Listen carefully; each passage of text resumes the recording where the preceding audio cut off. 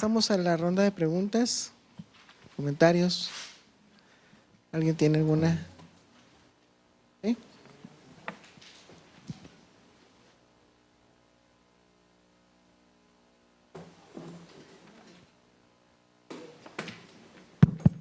Bueno, buenas tardes. Felicitaciones porque se ve el trabajo que año y medio, ya casi, ¿no? Por maestría llevan.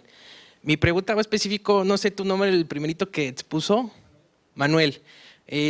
Bueno, a lo mejor porque yo soy historiador y el título de tu tema de investigación me causó mucho ruido. ¿Cómo acarrear una categoría, una elucubración? Elucubración teórica moderna, como es el sistema mundo, a una cuestión sumamente mesoamericana? Es decir, estás hablando de una teoría capitalista moderna versus una cuestión de economía casi natural. Es decir, hay una relación, por ejemplo, tú lo decías, ¿no? De intercambios, de alianzas, etcétera, que pudiera dar cuenta las influencias y los intercambios entre uno y el otro lugar, ¿no? Pero eso ha existido desde... Entonces, ¿cómo poder solventar, al menos específicamente, cómo pudiste solventar, si es que lo has hecho, esta cuestión del anacronismo que inherentemente conlleva el título de tu investigación?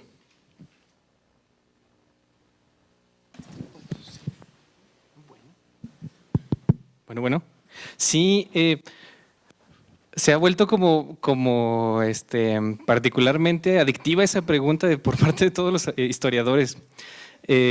Porque parece ser que los historiadores leyeron a Wallerstein y se acabó, ¿no? El sistema mundo capitalista de Wallerstein y ¡fum! Pero eso ocurrió en los 70s. Desde los 80s hasta mediados de los 2000s, los arqueólogos retomaron esa teoría y particularmente, por eso yo ponía ahí Sistema Mundo, Chase Doon, ¿por qué Censo Chase Doon? Donde muchas de las categorías se modificaron. Principalmente la idea de Wallerstein es que hay una estratificación mundial, ¿no? De división del trabajo, donde podemos encontrar núcleos y periferias. Este núcleo y periferia van a establecer una relación. Wallerstein decía van a ser dos tipos de relaciones. Una relación va a ser de dominación y otra de influencia, ¿no? de área de influencia. Para poder aplicarlas a las economías precapitalistas, lo que vamos a tener que hacer es modificar estas categorías, no hablar de jerarquías de tipo núcleo y Estado, pero sí vamos a poder establecer, de dominación, núcleo, Estado, pero sí vamos a poder establecer jerarquías. De esa manera, y aplicando esta estratificación que pone Chase Doon de diferentes tipos de esferas, ya no nada más núcleos y periferias, sino bienes de bulto, bienes de prestigio, bienes que hablan de las redes político-militares y las redes de información, es que podemos establecer estas jerarquías núcleo-periferia. Eso abunda en mi capítulo número 2, sobre todo desde las posturas de historiadores como Abu Lubhod, donde explica el sistema mundial de 5.000 años, no de 500 años, como proponía Wallerstein. Bastante interesante, bastante abundante su teoría, sobre todo porque ella logra explicar bastantes desarrollos, sobre todo sociales y tecnológicos, a partir de este tipo de teorías. Yo creo que la línea de fuego está más bien en que aparece como un difusionismo, que creo que por eso Wallerstein no tuvo tanto éxito entre los historiadores. Y el difusionismo es como legia para la academia, porque se abusó de ella en algún momento y se ha tratado de rechazar en últimos tiempos, ¿no? Sobre todo después del posmodernismo. Entonces, la idea es establecer que sí existen difusiones, pero no son unipolares, es decir, no solamente hay un núcleo, sino que hay muchos núcleos desde donde fluyen bastantes ideas, y esa es precisamente la propuesta, que desde estas épocas, el epiclásico 600-900 después de Cristo, no les cojo al azar, es la época de mayor expansión de este sistema mundo, ya se daban este tipo de dispersiones y que tienen afectaciones directas en la vida social y en la reproducción social de estos grupos. No sé si contesté bien. Bueno. ¿Sí? ¿Alguna otra pregunta? ¿Duda? ¿Un aporte? ¿Chascarrillo? ¿Sí?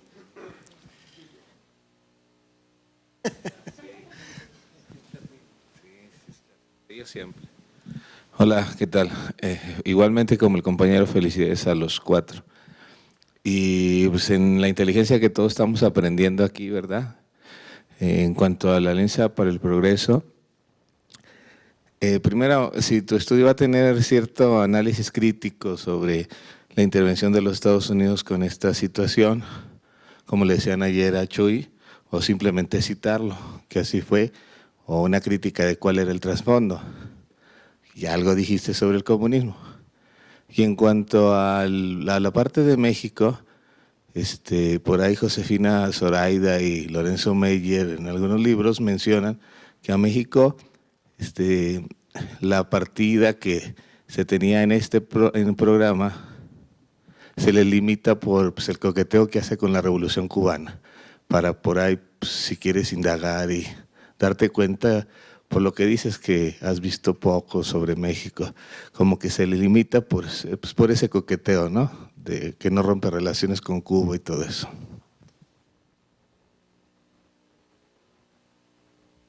¿Quieres contestar, Lore?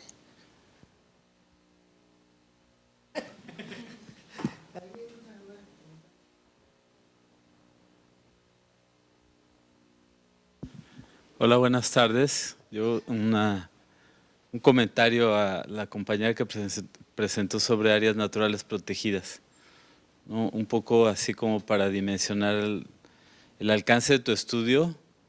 Lo mencionaste así de pasada, ¿no? Yo creo que sí es un temor pensar en un proyecto de investigación de maestría, la comparación de dos áreas naturales de dos países, ¿no? Distintos. Ya de por sí la comparación, o un estudio de caso a profundidad de un área natural protegida ya es bastante, ¿no? Entonces, me gustaría un poco más saber cuáles son tus variables o en qué consiste la comparación, y algo que no quedó así muy claro es ¿por qué escogiste por qué esas dos áreas? Bueno, una porque está aquí al lado, ¿no? Bueno, más o menos. Habla de Tanchipa, pero la otra, no sé si eres mexicano, si eres costarricense. Y eso determina de algún modo tu elección. Eso por un lado, pero la otra cosa que a mí me parece que es necesario que incluyas en tu análisis es una geopolítica de las áreas naturales protegidas. O sea, nos podemos ir con la finta fácilmente de que qué bueno, ¿no? La política de áreas naturales protegidas, y qué bueno que ya tenemos 11% del territorio nacional en régimen de conservación. Y atrás de tu pregunta de que si funcionan o no funcionan, yo creo que hay otras preguntas acerca de cuál es el papel en términos de manejo, de gestión, de uso de recursos, de materiales que se están reservando para un uso posterior dentro de esta dimensión geopolítica, ¿no?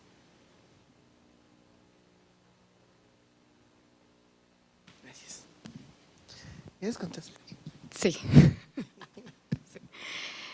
¿Por qué se eligió Costa Rica? Porque es el país en vanguardia en lo que tiene que ver con áreas naturales protegidas. ¿Por qué esa zona? Porque el Padre Nacional Piedras Blancas ha trabajado cuestiones ya de conectividad. Y porque Laura Tanchipa, en este caso porque yo he tenido la experiencia de poder trabajar con esa ANP otros años y tesis de licenciatura.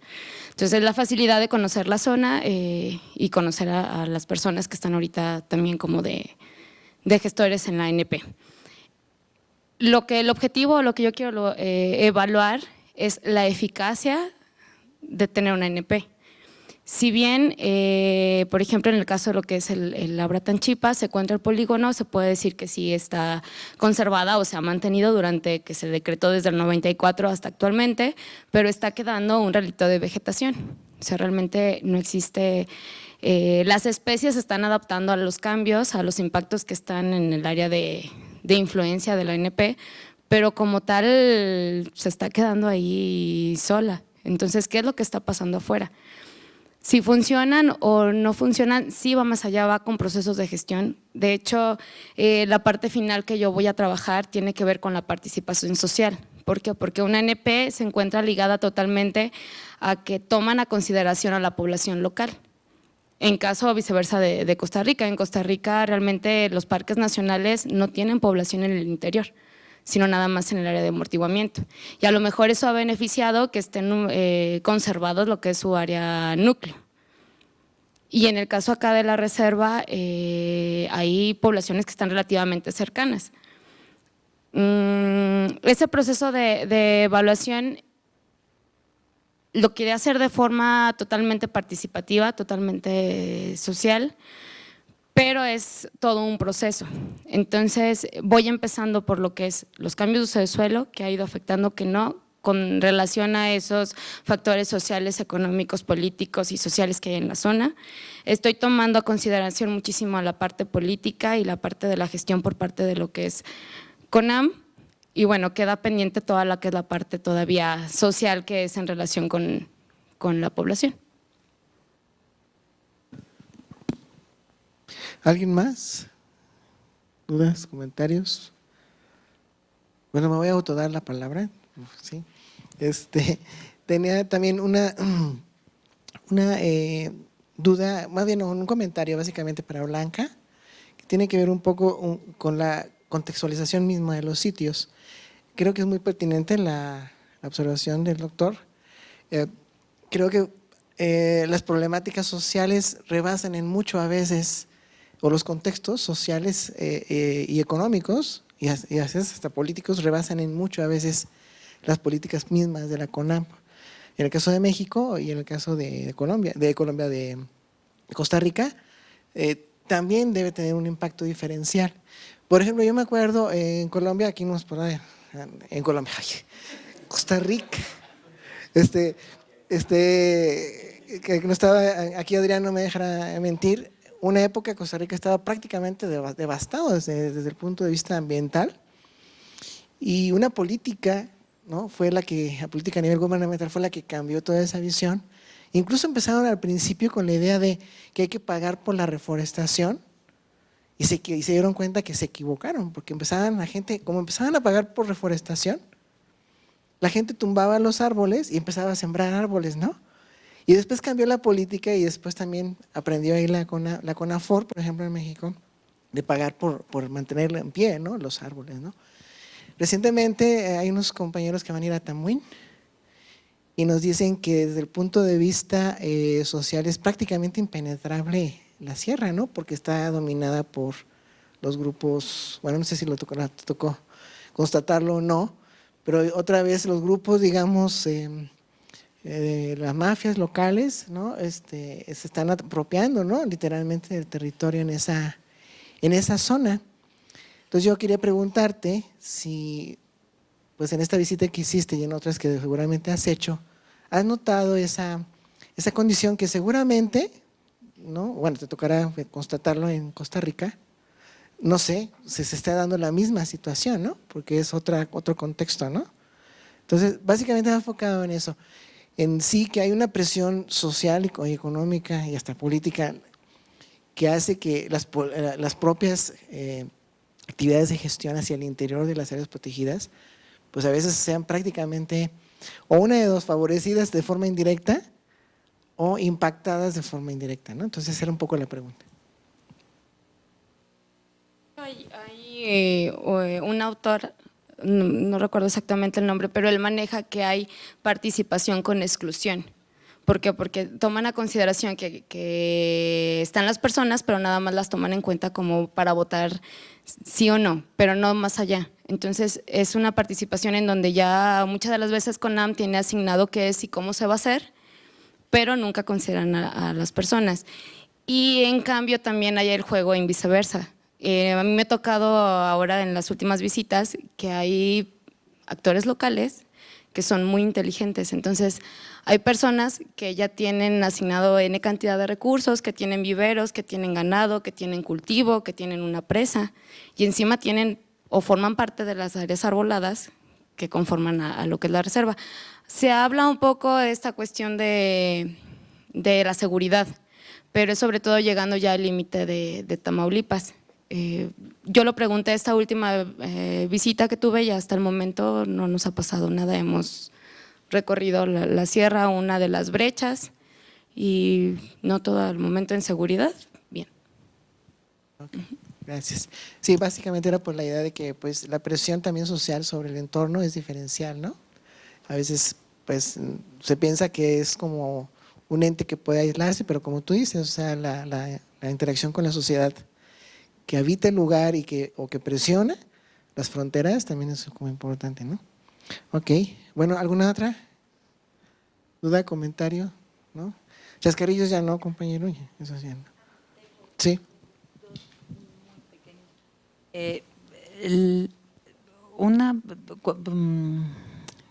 Cuando sacaste las fechas con los presidentes, en el 58 en Estados Unidos no era Nixon, Nixon era vicepresidente. ¿Hubo cambio? O sea, cuando se reeligió Eisenhower, ¿hubo cambio dependiendo de quién era vicepresidente?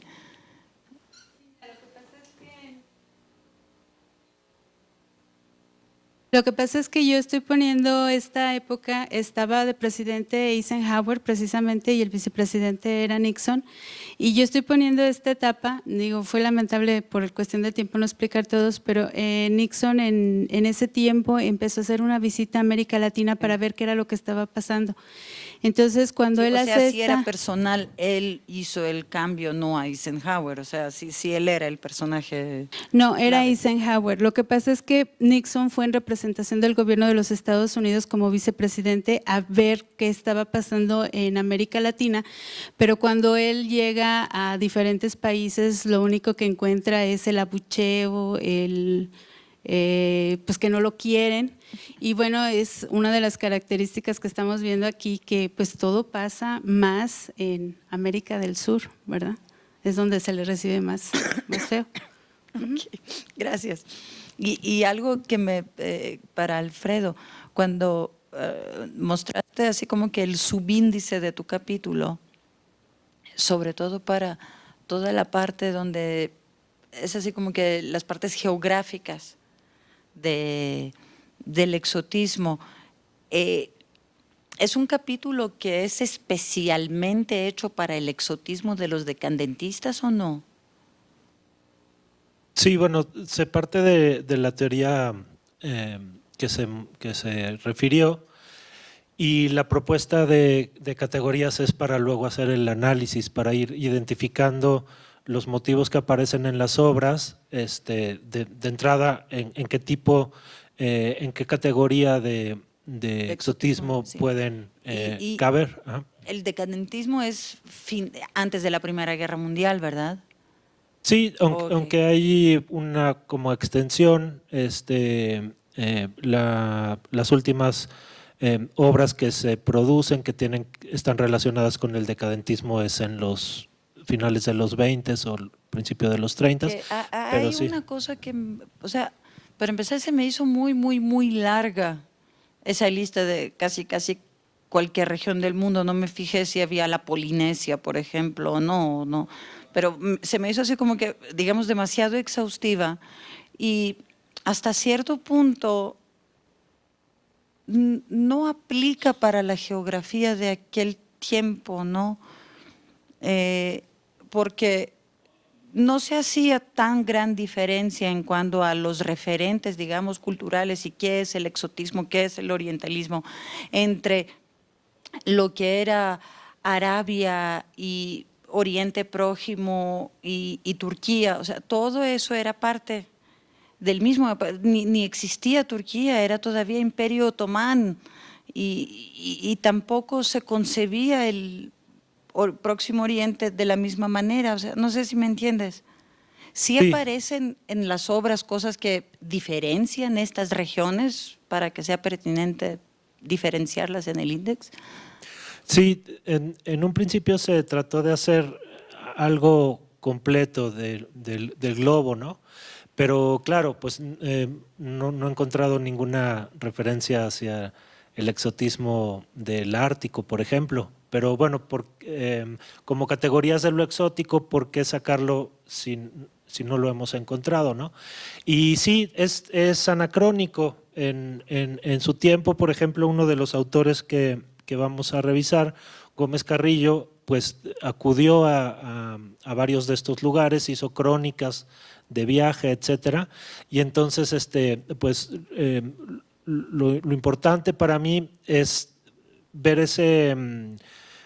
la diferencia de la visión de este tiempo con la teoría, ¿no? Si tenemos que utilizar una teoría del siglo XX en su mayoría para estudiar el final del siglo XIX, pues hay que ver, uno de los elementos es cómo se veía entonces y cómo justificaban esas visiones, fueran imaginadas o fueran lugares de invención o lugares como en este caso visitados y vistos por los autores, ¿no?